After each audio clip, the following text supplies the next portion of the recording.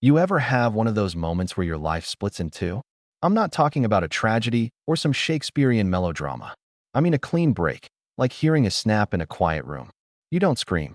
You just know, right then, nothing will ever fit the way it used to. Mine came on a Thursday, pasta night. The kind of night I'd been holding together with duct tape and garlic bread for 6 months. My wife, Madison, was setting the table with her signature efficiency, like she was hosting a gala instead of dinner for two. I'd been working late, or pretending to, just to avoid the static that had become our silence. But that night, there was energy. She had on red lipstick, the kind she used to save for anniversaries and funerals. Her hair was done, not done as in brushed. I mean the full hot roller, hairspray assault. She hadn't looked like that for me in years. I stepped into the kitchen and saw an extra place setting. Expecting someone? I asked, half joking, fully suspicious. She didn't flinch. Yeah, she said casually. Tanner's coming by. Tanner, a name I'd only ever heard as background noise. Tanner from HR, Tanner with the playlist. Tanner who ran marathons and did CrossFit, ironically. I blinked. Tanner, like from your office? She smirked. Yeah, don't make it weird. Don't make it weird. That's what she said. So naturally, I made it weird. I changed shirts. I brushed my hair. I poured myself a drink, then another, and sat down like a gentleman waiting to be insulted in his own home. When the doorbell rang, she lit up. Lit up. I hadn't seen her smile like that in years. Not at me, anyway. Tanner walked in like he'd already lived here. Button-down shirt open just enough to suggest confidence. Cologne like pine and entitlement. He shook my hand like I was the valet. Hey man, he said. Great to finally meet you. Meet me? You mean the guy funding your favorite coworker's Netflix account? I kept the handshake firm. Likewise. Dinner was something. Madison laughed like her wine glass was the funniest man at the table. Tanner told stories that involved this crazy girl I dated once, and this one time in Ibiza. Every other sentence was about him doing something impressive without trying too hard. Madison always says you're, like, super reliable, he said at one point, grinning. I nodded. That's me. Very reliable. Then he asked, so what do you do, man? Madison jumped in before I could answer. Oh, he works in logistics. He's basically the guy who keeps everything running. Like I was the office printer. They were having their own conversation across the pasta. Their own language. I sat in the corner of my own marriage like a substitute teacher watching two students pass notes in plain sight. I wanted to walk out. I wanted to flip the table. But I didn't. Instead, I studied. Not them, the details. The way her hand rested on the table, palm up, a silent invitation for his stories. The way she tucked her hair behind her ear when he complimented her earrings. Earrings I bought for our 5th anniversary, by the way. The way she looked at me, like I was background music. When he finally left, she didn't even wait for the door to close. I think we should take a break, she said, walking past me to the sink. A break? Of course. From what? I asked, leaning against the doorway. From pretending, she said. From being miserable. I almost laughed. And what about Tanner? She didn't answer, just rinsed her wine glass. Like that was the last word. But here's what she didn't know. That dinner? That wasn't a defeat. That was reconnaissance. Because while she was busy auditioning her replacement for the role of husband, I was already writing the 3rd act. And if you think I'm going down like some pitiful side character in her rom-com, you haven't met me yet. You ever notice how cheaters all recycle the same phrases? Like they have a handbook hidden somewhere titled, How to Gaslight Your Spouse and Still Sleep Great at Night. After that pasta night ambush with Tanner, and the let's take a break line that came with all the warmth of a used tissue, I didn't confront her. Not right away. See, the mistake most guys make is rushing into the fire, waving their hurt around like a white flag. I wasn't hurt. I was awake. I played my role. For a few more days, I was Mr. Reliable. I cleaned out the gutters. I refilled the windshield fluid. I even picked up oat milk on my way home, because apparently cow milk is now a war crime. And I watched. Madison had a new spring in her step. Suddenly, she was going for long walks at night with her phone in her back pocket, screen facing inward. Her laptop, once left open like a forgotten book, was now treated like a sacred relic. And her smiles? They weren't for me. I kept notes. I screenshotted. I logged every lie like I was building a case file. Because here's the thing. You can't out-cheat a cheater, but you can outsmart one. One evening, She came home with a soft glow and a tote bag that definitely didn't come from Target. She kissed me on the cheek, like a nurse patting a patient, and said, "You've been so calm lately. It's surprising." I smiled. "I've been thinking a lot." She nodded like I was finally catching up to her brilliance. "Good. Thinking is healthy." "Exactly," I said. Like I was thinking, "Why did you say you were at your sister's last Friday when your sister was live on Instagram from Nashville?" That wiped the smug right off her face. She blinked, smiled, recovered. "What? No. I mean, I was going to go with her, but she canceled, and I just kept the plans with some other girlfriends. You know how last-minute things can get." I just stared at her. No words. No expression. She cracked faster than a Dollar Tree wine glass. "Why are you acting like this?" she snapped. "Like a detective or something." "Because you're acting like a suspect," I replied. That's when the tears came. Not real ones. Cheater tears. Saltwater performance art. "You just don't trust me anymore," she whispered. I tilted my head. "Do you trust you?" She didn't answer. Just walked into the bathroom and shut the door. Not slammed. Just gently. Like she was proud of how calm she was being while slowly burning our life to the ground. And that's when I knew something for sure. She didn't think I'd ever leave. Not really. Not me. I was reliable, remember? I was the guy who folded the towels correctly and never forgot trash day. The man she could cheat on emotionally, physically, spiritually, and still count on to reset the Wi-Fi when it cut out during her little Zoom dates with Destiny. But while she was writing my eulogy, I was writing my exit. And trust me, I wasn't packing light. The day I started planning my exit wasn't dramatic. No storm clouds, no sad indie soundtrack in the background. Just me, a cup of coffee, and a Google Drive folder labeled receipts. I'm not a tech genius. I'm not some vengeful mastermind from a thriller novel. I'm just a man who listens when his wife accidentally gives him the password to her cloud backups. She thought I was still using the old laptop, the one with a fan so loud it sounded like a jet engine preparing for takeoff. But she didn't know I'd built my own PC during the pandemic. Quiet, fast, and, most importantly, untraceable. So I dug. Messages, photos, calendar entries, and one beautifully damning document. A fake itinerary she made for a work trip to Dallas that included flights, hotel confirmations, and even meeting agendas, all time-stamped and edited from our kitchen Wi-Fi. But here's the cherry on top. While she was in Dallas, I'd seen her car parked at a little bed and breakfast 2 towns over. I didn't even have to follow her. I just paid a college kid on a bicycle to take photos for $20 and a burrito. Cheater surveillance, I called it. Madison was allergic to gluten. I figured betrayal deserved a little poetic justice. But this story isn't just about catching her. It's about what I did next. See, I wasn't just planning to leave. I was planning to win. I pulled every financial record I had access to. The tax returns, the credit card statements, the loan applications. She hadn't signed a single document in the last 5 years that I didn't quietly duplicate for safekeeping. I scheduled a meeting with a lawyer. Not just any lawyer, a divorce strategist. The kind that charges more per hour than most people spend on rent. But he liked me. Said I was level-headed. "You're not here to scream," he said. "You're here to calculate. I can work with that." I even smiled. "Oh, I'm not angry, Mark. I'm just awake." He nodded slowly. "That's when things get interesting." We built a file. Ironclad. Labeled, indexed, ready. If this had been a war, I'd already taken half the territory before my opponent even realized I'd picked up a sword. But I wasn't just playing defense. I wanted Madison to feel it. Not in the loud, messy way she expected. Not with slammed doors or broken vases. I wanted her to feel the absence. The silence. The quiet precision of a man who has stopped reacting and started preparing. So I smiled through dinner. I kissed her on the forehead when she left for yoga. I even reminded her to take her water bottle. And every time she thought she was fooling me, I was already 5 steps ahead. Because you can cheat on a man. You can lie to him. You can even humiliate him in front of Tanner from HR.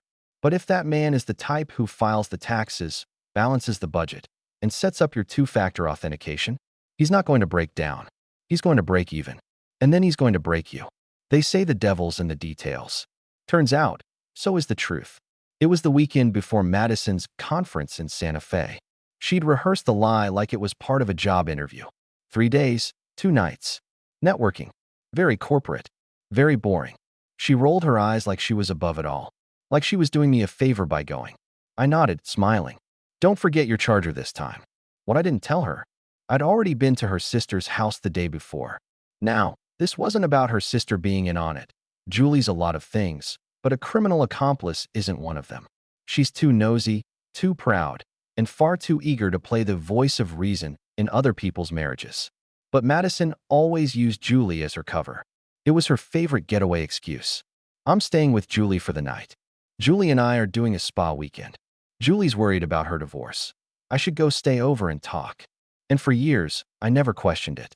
I played the understanding husband, the pillar, the oak tree. But now, I was the guy taking photos of Julie's house from across the street with a 200mm lens I borrowed from a coworker who thought I'd taken up bird watching. That Friday, Julie's driveway was empty. Her porch lights off. No movement. No spa getaway. No teary divorce chat.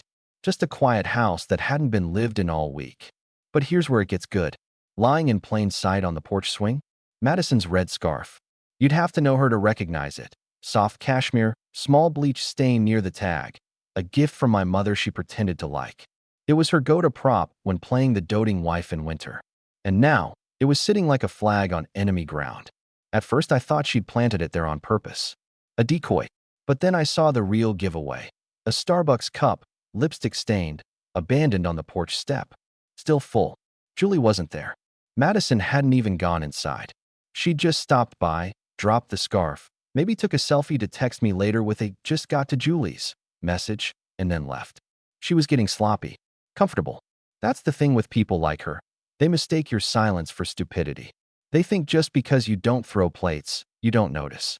But I noticed everything. I picked up the scarf, held it in my hands, and smiled like a man who'd just been handed the final puzzle piece. She was going to Santa Fe. All right, just not for a conference. That weekend, I didn't call her. I didn't ask how her meetings went. I let her send a photo of a salad next to a laptop in a hotel room she never booked. I even heart reacted to it. Very convincing.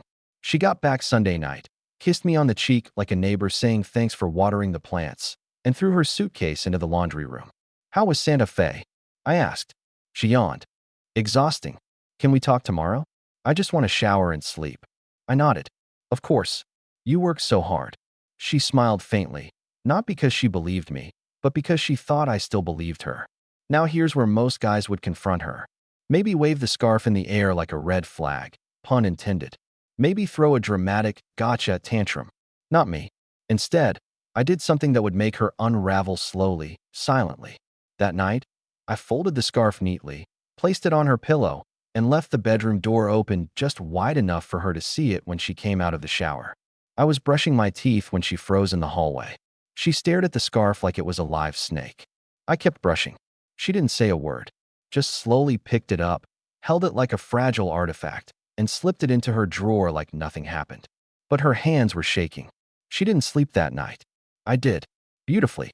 Because now, the seed was planted. Doubt. Fear. Paranoia. She didn't know if I knew. She didn't know if I'd been to Julie's. She didn't know if the scarf had been seen by someone, photographed, tracked. Every second she spent not knowing was the revenge. And let me tell you, silence is underrated. The next week, I set traps. I left her phone unlocked on the couch one morning. She never does that. 30 seconds later, she sprinted from the kitchen like someone had lit a fire under her. Oops, she said, scooping it up. Forgot to close something. Sure you did. I also left a hotel receipt. Fake, by the way, on the printer in my office. One for a room in Santa Fe, dated a week earlier than her trip. She saw it while bringing me coffee. Paused. This yours? I looked up slowly. No idea. Probably got mixed in with the client files. She didn't blink. Didn't speak. Just nodded and walked away. Later that night, I found her on her laptop, searching Santa Fe hotel names. I watched from the hallway as she cross-referenced addresses, room layouts, timestamps. She was trying to figure out how much I knew. And the best part? I hadn't accused her of anything.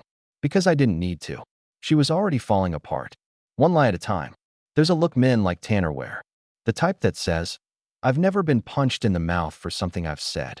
It's a special kind of confidence, not built on merit, but immunity. Like life's always handed him the scissors and told the rest of us to run. But all it takes is one misstep to ruin a face like that.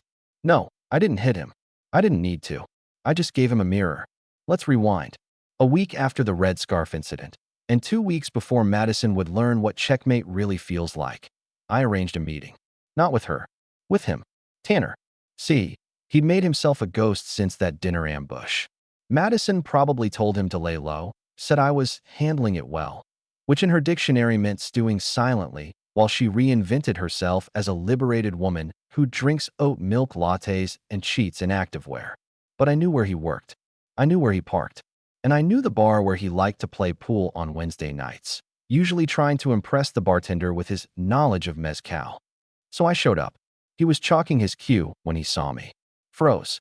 Smiled, eventually. Not the smug grin from our dinner, but the strained, polite one men wear when a stray dog enters their yard. Logan, he said, voice just above casual. Didn't expect to see you here. Yeah, I figured I'd stop by. You know, catch up. He leaned the cue stick against the wall like he wasn't sure if he'd need it for defense. Everything all right? Oh, you mean after you tried to steal my wife over spaghetti? Yeah, things are peachy. His throat bobbed. Look, man, I didn't come into this trying to ruin anything. I laughed. Of course not. You just thought Madison was a free agent because she stopped wearing her wedding ring when you were around. She told me you two were separating. And you just took her word for it. I mean, yeah, she said it was complicated. Yeah, it was complicated. Right up until she started using you as a consolation prize. That one hit. I could see it, the flicker in his eyes. Tanner wasn't used to being second choice.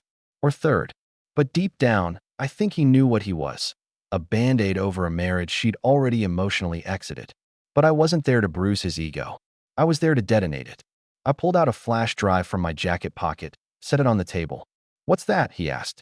Oh, just a few things I thought you should see. Texts, calendar entries, GPS pings. Oh, and a short video. He had it like it might explode. What kind of video? From her phone. Auto-uploaded to the cloud. It's short. 2 minutes. Just enough to hear her say, and I quote, Tanner's sweet, but he's not a forever guy. He's a detour. His face paled. She recorded that? He asked, voice nearly a whisper. Not intentionally. Voice memos app. She didn't know it was running. I found it in her iCloud when I was backing up her phone. One of those little marriage duties she forgot she still benefited from. Tanner sat down. His entire body looked deflated. The kind of stillness that only comes from realizing you're not the villain or the hero, just the plot device. I didn't know, he said. I know you didn't. That's why I came here first. He looked up at me, confused. First, I'm not warning you, I said, standing. I'm inviting you to get ahead of this. He blinked. Get ahead of what? The implosion. The fallout. The part where she realizes I've had a lawyer, a strategy, and the moral high ground since the day she went to yoga in full makeup. I slid a folded envelope across the table. Here's what I want from you. He picked it up, opened it. Inside was a handwritten note with just one line. Tell her it's over, before I do. He looked at me like I'd just handed him a grenade and told him to pull the pin with his teeth. I can't, she'll flip. Good. Let her. Maybe she'll finally know what it feels like to be blindsided. He didn't respond. Just sat there staring into the bottom of his glass like the answers were drowning in the ice cubes. I walked out. I didn't need to see what happened next. Because I already knew Tanner would cave. Not because he feared me, but because he feared her. And more importantly, he feared the truth. Madison liked her illusions. She liked playing the powerful one, the woman who outgrew her husband and deserved her next chapter. But the thing about illusions? Once someone pulls the curtain, the whole act collapses. And I wasn't done pulling. That night, I went home, set the dinner table like nothing had happened, and waited. At exactly 8:12 p.m., Madison walked in. She was quiet, eyes puffy, hands shaking just slightly. She didn't say Tanner's name. She didn't say a word. She just sat down, picked at her food, and stared out the window like it held answers she hadn't realized she'd need. I sipped my wine. Long day. She nodded. Something on your mind? No, she lied. I didn't press. Because I already knew what Tanner had done. He ended it. Texted her. One line, probably stolen from my note. This was a detour. I'm taking a different road. And just like that, her little power play lost its co-star. Tanner had stopped smiling. And now, it was her turn to unravel. Funny thing about names. You don't notice how people use them until they stop using yours. Madison hadn't called me Logan in months. Not at home, not in texts, not even in passing. I was babe when she wanted something, hey when she didn't, and silence when she was elsewhere in her mind, which, as it turned out, was most of the time. But 3 days after Tanner ghosted her with all the elegance of a runaway groom, I heard it again. Logan. Soft. Hesitant. Almost careful. It was a Tuesday morning, and I was making eggs, something I hadn't done for her in weeks. Not out of bitterness. Just economy. Why cook for someone who's already eaten elsewhere? She came downstairs wrapped in the same gray robe she used to wear when we were happy. The one I bought her on a weekend trip to Asheville, back when we believed in things like apple cider and staying together. Her hair was tied back, no makeup, no game face, and her voice was quiet. Logan, she repeated. I turned the stove off, casually. Yeah. She hesitated. Can we talk? There it was. The shift. See, this wasn't a confession. Not yet. Madison didn't believe in confession. She believed in narrative control. What she wanted was a rewrite, something to explain the past few weeks in a way that didn't make her the villain. I played it cool. Took a seat across from her, fork still in hand, like I hadn't been waiting for this moment with the patience of a monk and the precision of a sniper. She cleared her throat. I've been thinking. About us. I nodded once. Thinking's good. Her fingers fidgeted with the edge of her sleeve. I've made mistakes. Big ones. I got caught up in, I don't know, trying to feel something different. Different, I echoed. Yeah. I mean, for a while I thought we were just stuck. You and me. And I didn't know how to fix it. I thought maybe space would help. New energy. Like a guy named Tanner. Her face twitched. I never meant for it to go that far. That far. She swallowed. Okay, fine. I was selfish. I was angry. I didn't feel seen. Ah, the greatest hits. Didn't feel seen. That was her go-to. As if marriage was a stage and I'd refused to clap loud enough. I see you now, I said calmly. I see everything now. She looked at me like she was trying to read a label through frosted glass. Are you angry? No, I said. Angry was 3 weeks ago. I've moved past that. She blinked. So what now? Now. That's what she really wanted. A reset. Not forgiveness, not growth. Just a button she could press that would make the whole mess a rough patch we laughed about one day. I stood up, poured my coffee, and let the silence stretch. When I finally spoke, I kept my voice level. Do you know when I knew we were over? She didn't answer. It wasn't the lies. Or the nights you stayed at Julie's when your location said otherwise. It wasn't the scarf on her porch or the hotel receipts. She stared at me, eyes wide now. It was when you stopped calling me Logan, I said. Because when someone doesn't use your name, it means they've stopped seeing you as a person. You became a placeholder for their disappointment. She flinched, just slightly. That one hit harder than I expected. And now that he's gone, I added, I guess you remembered my name again. I didn't mean. You did. I cut in, calm but final. And that's okay. I'm not here to shame you. I just want clarity. She sat back in her chair, shoulders sinking. So that's it. I looked at her. Really looked. The woman across from me was not the girl I married. And I wasn't the boy who thought love meant loyalty no matter how many cracks appeared in the walls. I don't hate you, Madison, I said. But I don't trust you. And you don't love me. Not in a way that means anything anymore. She blinked hard. You're wrong. No, I said. I'm just the first one to say it out loud. She didn't cry. Madison never cried when she lost something. Only when she was about to. That was her trick. Hold back just long enough to make you feel like you were the heartless one for walking away. I want to fix this, she said. Please. I'm willing to try anything. I took a long sip of coffee. Even the truth? She nodded. Okay then, I said, setting my mug down. Here's the truth. I've been planning to leave for months. I've talked to a lawyer. I've got copies of everything. The house, the finances, even your journal entries. Her eyes widened. You read my journal? I read the one you left in Dropbox by accident. The one with the password you reused from our Netflix account. She didn't speak. Her mouth opened, closed, opened again. And Tanner, I added. He's gone because I gave him a choice. You, or his dignity. He chose himself. You should too. She whispered something then. Barely audible. A crack in her voice. What? She looked up. I still love you. I nodded. And I still lock the door when I leave. Doesn't mean I think the house won't burn down while I'm gone. She stood, then sat again. She was unraveling now. Quietly. Privately. Not in some big dramatic display. That wasn't Madison's style. I gave her one more glance before heading upstairs. You lost me, I said. Not because of Tanner. Not because of lies. But because one day, I looked around and realized I was the only one still trying. Then I paused. You called me Logan again today. Thank you. That version of me. The one who needed that name from you. He's gone now. And I meant it. 2 weeks after the last time Madison said my name like it mattered, I climbed into the attic. Not because I was moving out. Not yet. But because I wanted to confirm something. A theory. The attic was full of boxes she never unpacked from her last identity crisis. You know the ones. Labeled college, old writing, dreams. The sentimental stuff people swear they'll revisit one day, but never do. Like the emotional equivalent of an expired gym membership. Behind a stack of winter coats and vacuum bags, I found it. The gift box. Wrapped in matte navy paper. Satin ribbon. No dust. Not a speck. Which meant it had been opened. Recently. See, months ago, back when I started noticing the quiet betrayals, I put something in that box. A little trap. Nothing dangerous. Just informative. Inside was a typed letter. No signature, no greeting. Just one line. This is the man you think you're fooling. Underneath it, a small USB drive. Loaded with everything. Emails, texts, voice memos. Even a photo of her holding hands with a man she once called harmless. I'd left it there as bait. A test. And she'd opened it. She never said a word about it. But from the moment she started watching her own words around me, started speaking like a hostage in her own marriage, I knew. The illusion was broken. She thought she was writing a novel where I was the loyal background character. Turns out, I was the editor. Our 9th wedding anniversary was on a Saturday. She still wore the ring.